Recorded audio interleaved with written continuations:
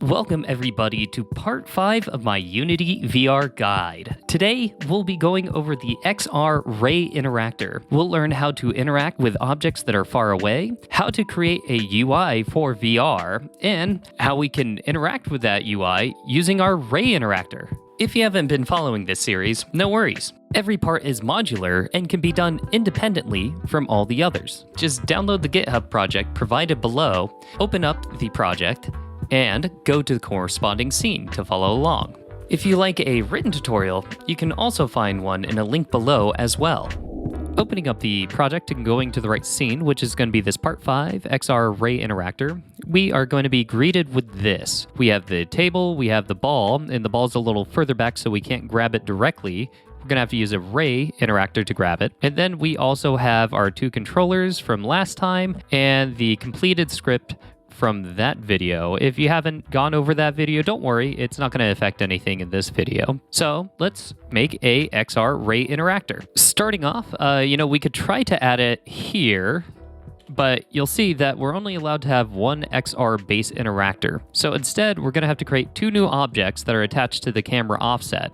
So XR Ray Interactor action based, and then I am going to name that left Ray Interactor, duplicate it, and then name it right Ray Interactor.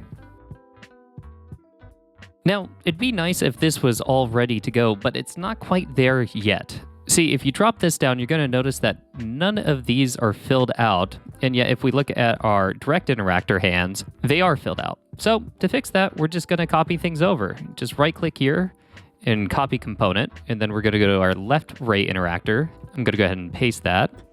Paste component values, and then for the right controller, do the same thing. And there we go. We are ready to start up the scene, and you'll notice that we have both rays tracking on both hands, and we're able to grab that ball from far away.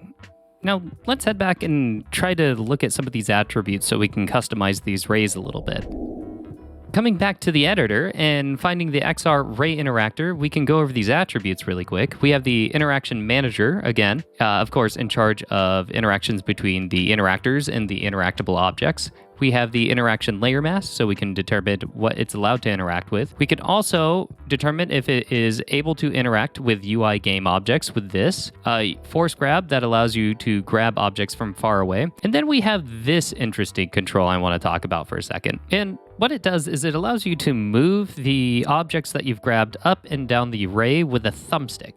And I find it to be kind of weird. I'm sure you could use it in some cases. I just personally don't like it, so I like to disable it. And I will mention this, if you did start up the scene now, we actually wouldn't be able to do it, but that's because we have XR direct interactors that would hold on to the objects that we've grabbed. But regardless, I like to turn these off. Now, I'm not going to completely go over every little detail here, but I do want to point out a few last things. We have a raycast configuration, and we can change the line type to projectile curve or Bezier curve. And then we also have a raycast mask that we're going to touch on later that allows us to determine what the raycast can interact with. We have the select configuration, which allows us to change how our selection button works.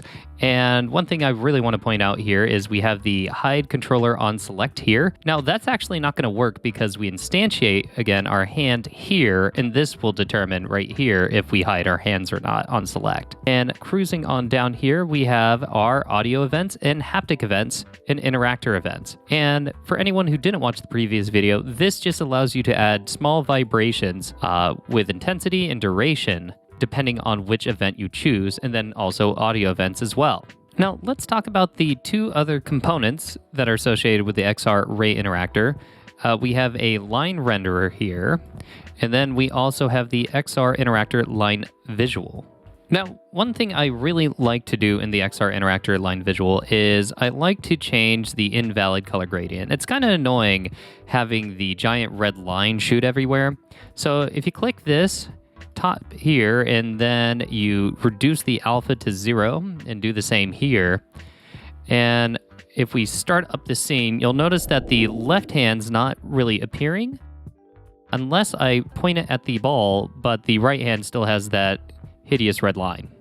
So I'm going to go ahead and do the same thing for the right hand interactor or Ray Interactor. And one last thing I want to point out is we have a reticle that we could put here, and this is just going to be a game object that appears at the very end of our pointer, so you can kind of get a better idea of where our raycast is pointing to. And we'll play with that a lot more later when we do the teleportation video. So let's press start and see where we're at. As you can see, the rays aren't showing up, but when we hover over the ball, it is, and we're still able to grab things. So that's pretty good. Coming back to the editor, I think it's time we learn how to make a user interface for VR. And it's pretty simple. All we have to do is right-click, go to XR, and then UI Canvas. And it's going to give us two objects here, an event system and a canvas. And these are both set up and ready to go for VR. And I want to point out that this canvas, by default, is set to world space. Now, normally, a canvas is set to screen space overlay, but that doesn't work for VR at all. And you could do screen space camera, but what tends to happen there is the head-mounted display as you're looking around, the menu will also follow it, and it can be pretty disorienting. It might work for some specific cases, but I think world space is where we want to be. What world space means is the canvas itself is going to be within our gaming world right here. So we're going to have to position it and scale it correctly in order to, have a proper looking menu. And I've kind of cheated a bit, and I'm going to put in some values and tell you them really quick. All right, and so you can see here that I put the X position at 0, Y at 1.6, Z at 2, and then I gave it a width of 1,000 and a height of 750, and then I scaled it down to 0.002 across the board here. Looking at the canvas now, you can see that it is within the world space where we want it to be. We're going to be standing here, and we can point at it right here. So it's a good distance away. It's not too in our face. And we should probably populate it with some things. So we're going to do that right now. So one thing I like to do to make this a little easier to populate is putting it in 2D mode. And you just click that right here. And if things don't line up perfectly, you just double click this canvas, and that'll help out. And I'm going to add, let's see here, go down to UI. I'm going to add a button, and I'm going to add a few other things, but just right click, go to UI. You can experiment with these and add whatever you like. I'm just going to speed through this. All right, and there we go. I've added 3 buttons and a slider. And so now we are going to start up the scene and see if we can interact with this thing. And as you can see, both our rays are interacting, and we can even move this slider if we hold down the trigger button and grab that little ball and move that back and forth. Coming back here to the editor, I want to cover one last thing, which is specifying rays for different interactions. So for the left ray interactor, I'm going to make it the UI interactor. And for the right ray, I'm going to make it so it can only interact with objects and not the UI. So starting with the left ray, what I'm going to do is come down here to this raycast mask, and I am going to go ahead and click nothing. And that's going to clear it out, and then I'm going to click UI. So that's going to specify it for UI, and just to make sure we're covering our bases, I'm going to say nothing here too, and that should fix that.